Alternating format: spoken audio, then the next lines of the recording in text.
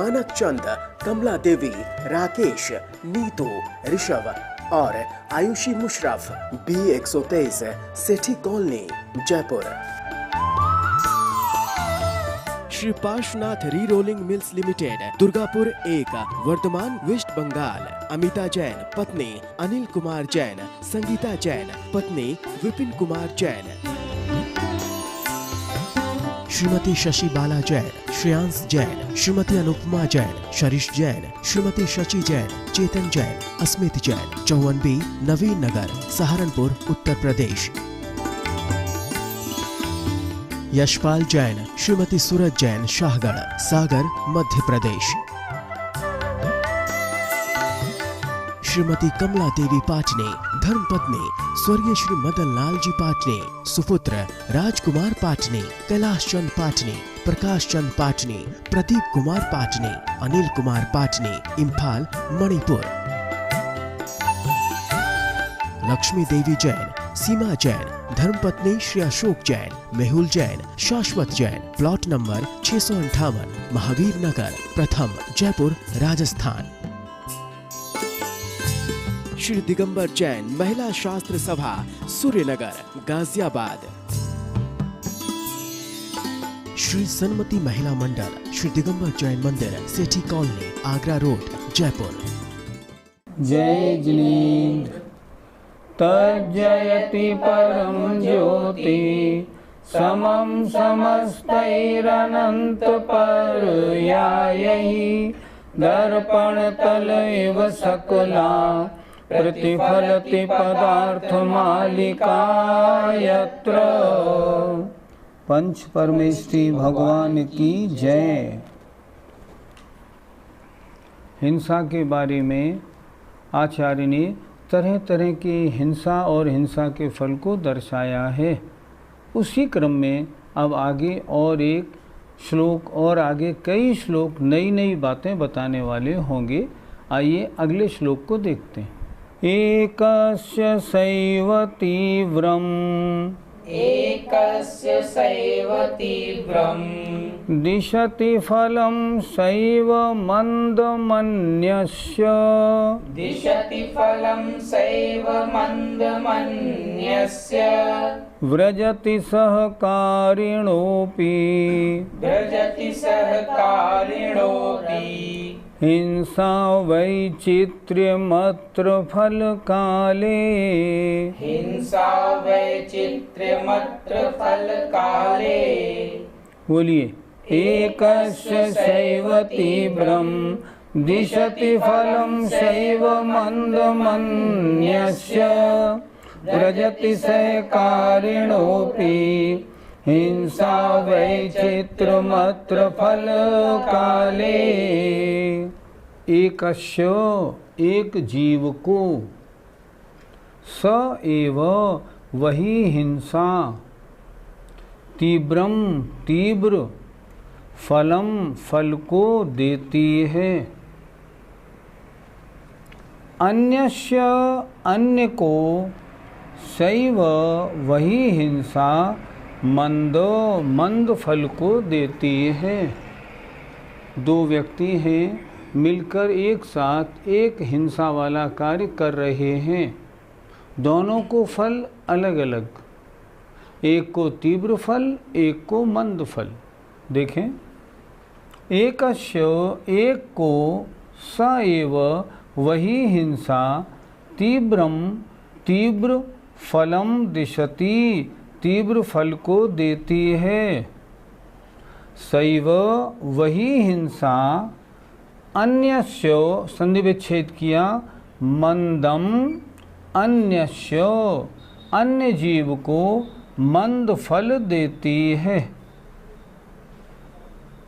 व्रजति प्राप्त होती है, सहकारिणः अपि सहकारिणः मिलकर की हुई भी हिंसा, अर्थात मिलकर की हुई हिंसा भी, वैचित्र्यम अत्र फल काले, यहाँ फल के समय में विचित्रता को व्रजति प्राप्त होती है। दो व्यक्तियों ने मिलकर कोई हिंसा वाला कार्य किया है तब उनको फल एक सा मिलना चाहिए, पर यहाँ बता रहे नहीं, ऐसा नहीं होता। दो व्यक्ति मिलकर एक साथ कोई हिंसा वाला कार्य करें, एक को तीव्र फल, दूसरे को मंद फल। क्यों? परिणामों के अनुसार। पंडित जी, श्लोक में जो कहा है उसे ही उदाहरण से समझाइए। राम और रावण का युद्ध हुआ। युद्ध में उधर रावण और रावण की सेना है, इधर रामचंद्र जी और लक्ष्मण हैं। युद्ध हो रहा है। राम और लक्ष्मण एक साथ रावण की सेना का वध कर रहे हैं जीत के लिए। रामचंद्र जी सम्यक दृष्टि थे। उनका चिंतन कैसा था? ये रावण अगर मेरी सीता को लौटा देता तो युद्ध नहीं करना पड़ता। युद्ध करना पड़ रहा है, ओहो कितने पाप का कार्य हो रहा है, न मालूम ये युद्ध कब खत्म होगा। तीर चला रहे हैं, हिंसा हो रही है, लड़ाई चल रही है, चिंतन ऐसा है। लक्ष्मण जी का चिंतन कैसा है? अभी तो 500 ही मरे हैं, जब तक 2000 को नहीं मार लूँगा चैन नहीं पड़ेगी। इसलिए वो बहुत मन लगा के युद्ध कर रहे हैं। अब देखो, एक साथ दोनों की क्रिया हो रही है, दोनों युद्ध कर रहे हैं, दोनों सामने वाले के पक्ष के सैनिकों को मार रहे हैं, पर उसके बावजूद भी दोनों को फल अलग अलग मिलेगा। उनको विरोधनी हिंसा का थोड़ा फल मिलेगा और इनको स्पष्ट हिंसा का विशेष फल मिलेगा। किस पे डिपेंड करेगा? अपने आत्मा के परिणामों पे। इसलिए एक साथ की हुई हिंसा भी फल देने के काल में अलग अलग फल को देती है। हम एक उदाहरण और ले सकते हैं। एक चोर को 2 सिपाही मार रहे हैं। एक सिपाही तो इसलिए मार रहा है ये चोरी करना छोड़ दे तो ठीक है, एक इसलिए मार रहा है इसके हाथ पैर तोड़ने में मुझे बड़ा मज़ा आता है। कोई चोर मिल जाए, जब तक उसके हाथ पैर न तोड़ दूं मुझे चैन नहीं पड़ती। पिटाई करने वाले 2 हैं, लेकिन दोनों के परिणामों में कितना अंतर है। इसलिए श्लोक में कहा है एक साथ की हुई हिंसा भी जब फल देती है, किसी को तीव्र किसी को मंद। हम इस उदाहरण को धार्मिक कार्यों में भी लगा सकते हैं। जैसे पूजा की एक थाली में 2 व्यक्ति पूजा कर रहे हैं। एक कह रहा है आज तो पूजा में वो आनंद आ रहा है और 1 घंटे और आधे घंटे चले तो आनंद आए। दूसरा कह रहा है जल्दी पीछा छूटे और एक पूजा बढ़ा ली और एक पूजा बढ़ा ली। पंडित जी को क्या है, पंडित जी तो फालतू हैं, बेकार बढ़ा ले रहे हैं। अब देखना, दोनों ही पूजा की थाली में हैं, वो ही सामग्री चढ़ा रहे हैं, वो ही पूजा बोल रहे हैं। दोनों के पुण्य फल में भी बहुत अंतर है। इसी तरह एक कार्य करते हुए भी 2 व्यक्तियों की हिंसा में बहुत अंतर होता है। क्या गृहस्थी में भी ऐसे अवसर आते हैं? चौकी में आपने भोजन बनाया, 2 व्यक्तियों ने भोजन किया। एक व्यक्ति व्रती था, आया, मौन से भोजन किया और चला गया। दूसरा आया, उसने स्वाद ले लेके बड़े टेस्ट पूर्वक आपकी तारीफ करते करते खूब आनंद से खाया। अब देखना, उसी भोजन को खाने वाले दोनों हैं। खाने में पुण्य का बंध नहीं होता, खाने में हिंसा होती है, पाप बंध होता है। लेकिन जो व्रती है, मौन से चुपचाप जो दिया खा के, आहार तो वही दिया, भोजन तो वही दिया, और भोजन को चुपचाप खा के चला गया, हिंसा लगेगी बहुत थोड़ी। और जिसने खूब अच्छी तरह से जी भर के खाया, मन लगा लगा के, उंगली चाट चाट के, उसको उसी भोजन करने में हिंसा लगेगी बहुत। किस पे डिपेंड करता है ये सब? आत्मा के परिणाम, कषायों की तीव्रता और मंदता पे आपका कितना राग रहा, कितना लगाव रहा, कितना आपने स्वाद लिया, पंचेंद्रियों के विषयों में आपने कितनी डुबकी लगाई, इस पर डिपेंड करता है। इसी तरह एक कार्य करते हुए दो व्यक्ति जिनके परिणामों में जैसी तीव्रता है, उनको उसके अनुसार हिंसा का फल थोड़ा या ज़्यादा लगता है। हिंसा के बारे में कुछ और विचित्र चर्चा आगे की जा रही है। प्रागेव फलति हिंसा, प्रागेव फलति हिंसा, क्रियमाणा फलति फलति च कृतापि, क्रियमाणा फलति फलति च कृतापि, आरव्य कर्तुमकृतापि, आरभ्य कर्तुमकृतापि, फलति हिंसानुभावेन, फलति हिंसानुभावेन। बोलिए, प्रागेव फलति हिंसा, क्रियमाणा फलति फलति च कृतापि, आरभ्य कर्तुमकृतापि, फलति हिंसानुभावेन। प्रागेव, प्राग एव, पहले ही, फलति, फल दे देती है हिंसा। कोई हिंसा तो हिंसा होने से पहले ही फल दे देती है। क्रियमाणा, करते हुए, फलति, कोई करते हुए फल देती है। फलति च कृतापि, और कोई कर चुकने पर फल देती है। तीन बातें बता दी। पहला लिखा, कोई करने से पहले ही हिंसा फल दे देती है। कोई क्रियमाणा फलति, कोई करते हुए फलती है। और कोई कर चुकने पर भी फलती है। तीन तरह से। आगे लिख रहे हैं, आरभ्य कर्तुम अकृतापि, किसी हिंसा को आरंभ तो कर दिया पर नहीं कर पाए तो भी फल देती है।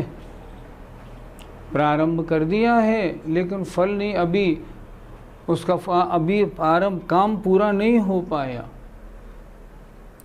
हिंसा अनुभावेन फलति, हिंसा की क्या बात करें, हिंसा तो कषाय भावों के अनुसार फल देती है।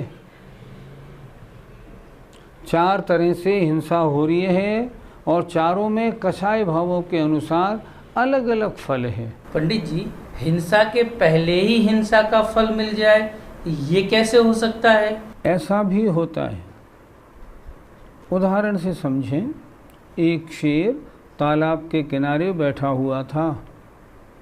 तालाब के पानी में उसने झांका, उसको तालाब में एक शेर दिखाई पड़ गया, थी उसकी परछाई। लेकिन उसने कहा, ओहो, इस तालाब में शेर है, मुझे इस शेर को मारना है। और वो तुरंत तालाब में कूद पड़ा। तालाब में कूद पड़ा, कूद के मर गया। अब मुझे बताइए, हिंसा तो उसने की नहीं, हिंसा करने से पहले ही उसको हिंसा का फल मिल गया, उसको अपनी जान देनी पड़ी। इस तरह कोई हिंसा का कार्य ऐसा होता है, हिंसा से पहले ही उसका फल मिल जाता है। ऐसे भी हिंसा के फल देखने में आते हैं। आपके चेहरे से ये मालूम दे रहा है अभी आपके बात उतरी नहीं। चलिए दूसरे उदाहरण से आपको समझाते हैं। मान लीजिए कोई चार व्यक्ति कहीं किसी व्यापारी के यहाँ चोरी करने की योजना बना रहे हैं। पुलिस वालों को मालूम पड़ा, उन्होंने उनको घेर लिया और उनको गिरफ्तार कर लिया। चोरी की योजना बनाते हुए गिरफ्तार। अब आप देखिए, अभी चोरी हुई क्या? नहीं हुई, लेकिन चोरी से पहले ही हिंसा लग गई, फल मिल गया, मिल गया। इसी तरह कहीं ऐसा होता है, हिंसा ना हो, प्रारंभ नहीं हुई, पहले ही हिंसा की बात हो जाए। पंडित जी, कोई हिंसा करते करते फल कैसे दे सकती है? जैसे कोई व्यक्ति कहीं लड़ाई करने के लिए, किसी को मारने के लिए जाने की तैयारी में है। उसने क्या किया, उसने अपनी राइफ़ल निकाली और राइफ़ल निकाल के उसकी पूरी सफाई करने की तैयारी, सब तैयारी करने लगा। उसमें कारतूस लगा दिया। अचानक क्या हुआ, गलत घोड़ा दब गया और उसकी गोली उसी के लग गई। देखना, तैयारी करते करते भी हिंसा का फल मिल गया, वो मर गया। अच्छा, मरने के बाद क्या हिंसा की तैयारी का फल नहीं मिलेगा? मिलेगा। यहाँ फल मिला, यहाँ भी मिल गया और अभी तो आगे भी मिलेगा। ऐसे किसी को हिंसा की तैयारी करते करते भी फल मिल जाया करता है।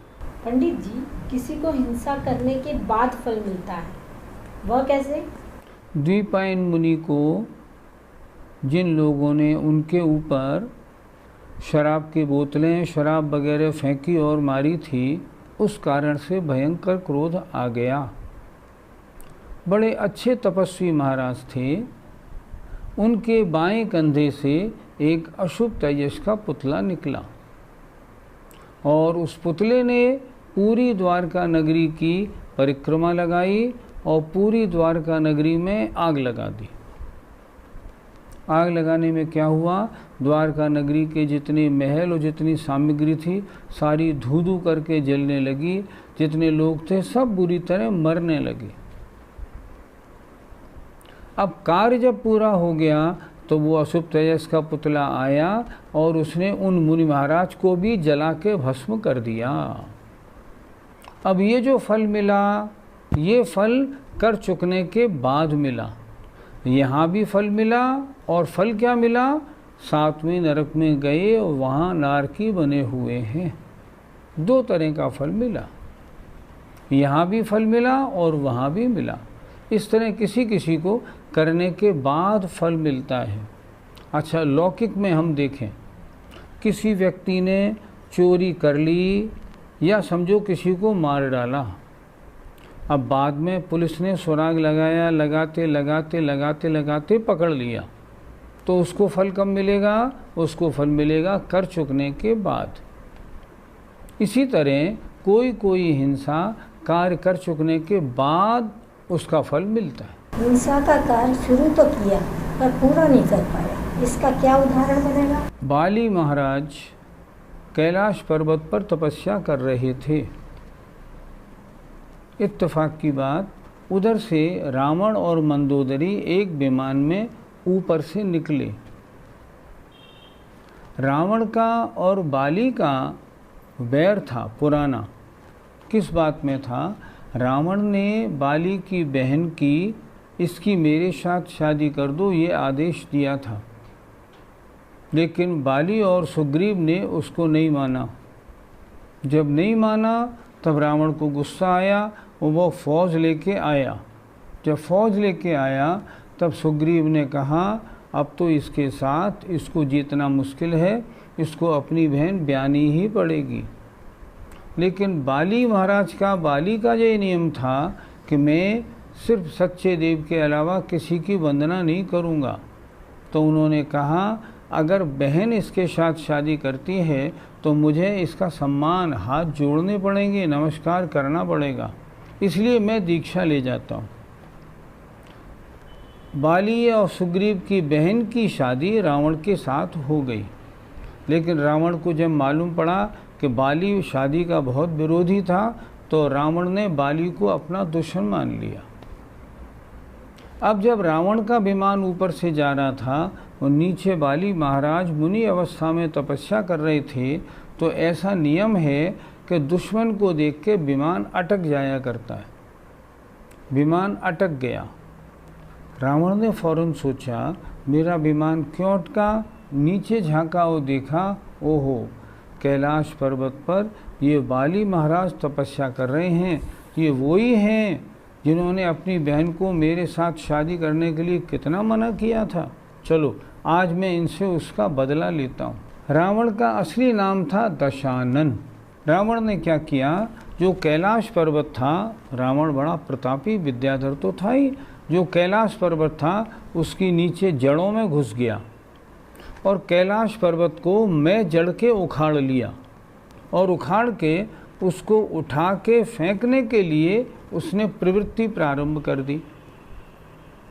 कैलाश पर्वत को उखाड़ के उसने ऊंचा उठाने लगा। बाली महाराज वहाँ तपस्या कर रहे थे।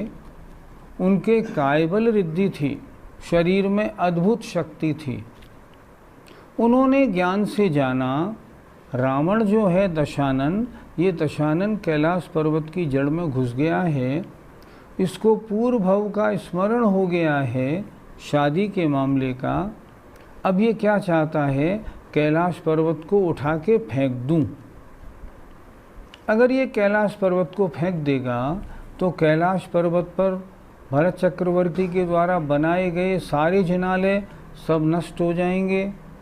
यहाँ इतने जीव आश्रय पाए हुए हैं, तमाम जीवों की हिंसा होगी। इसलिए कोई ऐसा कार्य करूं जो जिनालय बच जाएं और इतने जीवों की हिंसा भी ना हो। तब मुनि महाराज बाली ने क्या किया, अपने पैर के अंगूठे को जरा दबाया। उनके पैर के अंगूठे दबाने का प्रभाव ये हुआ कि वो जो कैलाश पर्वत जड़ से उखाड़ कर ऊंचा उठाया जा रहा था, वो दब के नीचे आने लगा। नीचे आने लगा। रावण ने अपनी पूरी शक्ति लगा दी कि ये नीचे ना आए, लेकिन रिद्धिधारी महाराजों की शक्ति के आगे इंद्र भी कुछ नहीं करता, वो भी घुटने टेक देता है। कुछ नहीं बात चली और वो पर्वत जो उसने उखाड़ के ऊपर लाया था, वो महाराजा बाली के पैर दबाने से, पैर का अंगूठा दबाने से नीचे आने लगा। रावण ने पूरा जोर लगाया, लेकिन नहीं, पर्वत फिर भी नीचे आने लगा। रावण पसीने पसीने हो गया और जोर से रोने लगा, चिल्लाने लगा। जो रोने लगा तब से उसका नाम पड़ा रावण। रावण माने रोने वाला।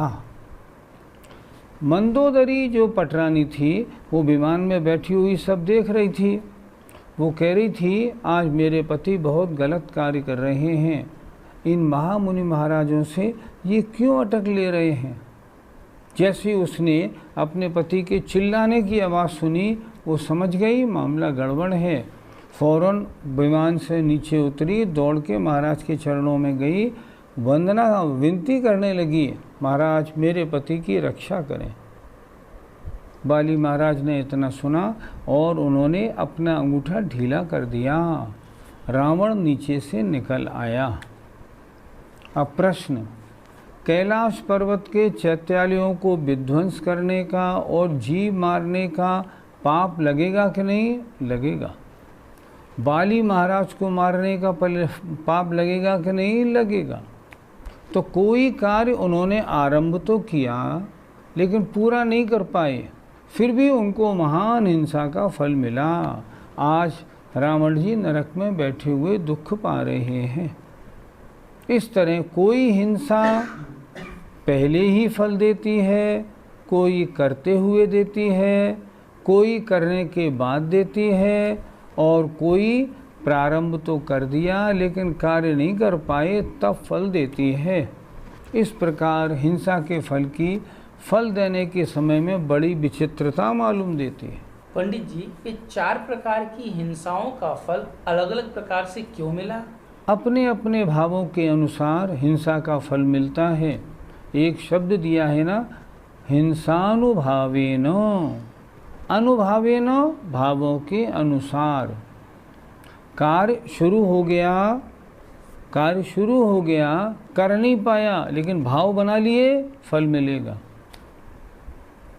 करते हुए भाव हैं, उनका फल मिलेगा। कर चुकने के बाद भी भाव हुए, उनका फल मिलेगा।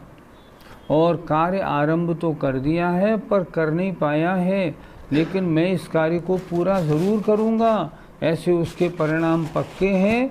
तो आरंभ हो गया, काम पूरा नहीं हो पाया, फिर भी उसका फल तो मिलेगा ही। जय जिनेंद्र। मानक चंद, कमला देवी, राकेश, नीतू, ऋषभ और Ayushi Musharraf, B123, Sethi colony, Jaipur. Shri Parshwanath re rolling mills limited, Durgapur 1, Bardhaman, West Bengal. Amita Jain पत्नी अनिल कुमार जैन, संगीता जैन पत्नी विपिन कुमार जैन। श्रीमती शशि बाला जैन, श्रेयांश जैन, श्रीमती अनुपमा जैन, शरीश जैन, श्रीमती शशि जैन, चेतन जैन, अस्मित जैन, 54B, नवीन नगर, सहारनपुर, उत्तर प्रदेश। यशपाल जैन, श्रीमती सूरज जैन, शाहगढ़, सागर, मध्य प्रदेश। श्रीमती कमला देवी पाटनी, धर्मपत्नी स्वर्गीय श्री मदन लाल जी पाटनी, सुपुत्र राजकुमार पाटनी, कैलाश चंद पाटनी, प्रकाश चंद पाटनी, प्रदीप कुमार पाटनी, अनिल कुमार पाटनी, इम्फाल, मणिपुर। लक्ष्मी देवी जैन, सीमा जैन, धर्मपत्नी श्री अशोक जैन, मेहुल जैन, शाश्वत जैन, प्लॉट नंबर 658, महावीर नगर, प्रथम, जयपुर, राजस्थान। श्री दिगंबर जैन, महिला शास्त्र सभा, सूर्यनगर, गाजियाबाद। श्री सन्मति महिला मंडल, श्री दिगंबर जैन मंदिर, सेठी कॉलोनी, आगरा रोड, जयपुर।